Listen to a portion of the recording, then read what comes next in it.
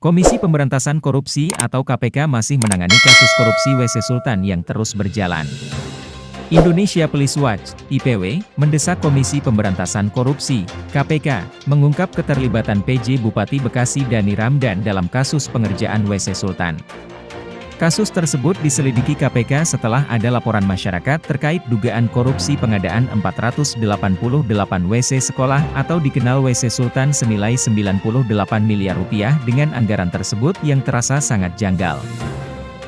IPW mendesak KPK segera mengumumkan hasil penyelidikan laporan itu yang sudah diselidiki berdasarkan Sprinlidik 08 Lid 01.00.01.01.20W1, tanggal 22 Januari 2021.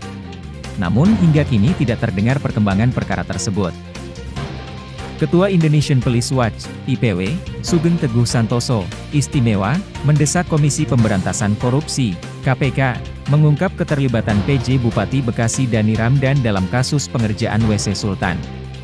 Kasus tersebut diselidiki KPK setelah ada laporan masyarakat terkait dugaan korupsi pengadaan 488 WC sekolah atau dikenal WC Sultan senilai 98 miliar rupiah. IPW mendesak KPK segera mengumumkan hasil penyelidikan laporan itu yang sudah diselidiki berdasarkan Sprinlidik 08 Lid 01.00.01.01.20W1, tanggal 22 Januari 2021. Namun hingga kini tidak terdengar perkembangan perkara tersebut. Ketua IPW Sugeng Teguh Santoso mengatakan di tengah belum ada titik terangnya kasus ini, pihaknya mendapatkan informasi jika ada oknum polisi berinisial Y yang mengklaim dekat dengan pejabat KPK dan mampu melobi KPK. Menurutnya, sejak awal kasus ini terkesan ditutup-tutupi meski publik sudah melakukan desakan atas berbagai kejanggalan yang terjadi. Sugeng memaparkan, Pemkab Bekasi menganggarkan Rp196,8 juta untuk satu WC sekolah dengan ukuran 3,5 x 3, 6 meter persegi.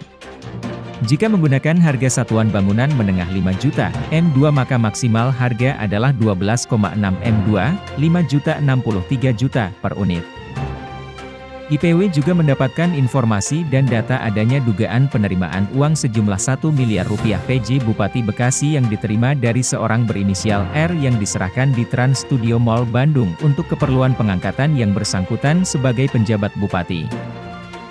Terkait dengan kasus ini, IPW mendorong agar tim penilai akhir penjabat gubernur, wali kota dan penjabat bupati yang terdiri dari 17 kementerian dan badan negara termasuk di dalamnya Menteri Dalam Negeri mempertimbangkan secara seksama respons stakeholder Kabupaten Bekasi.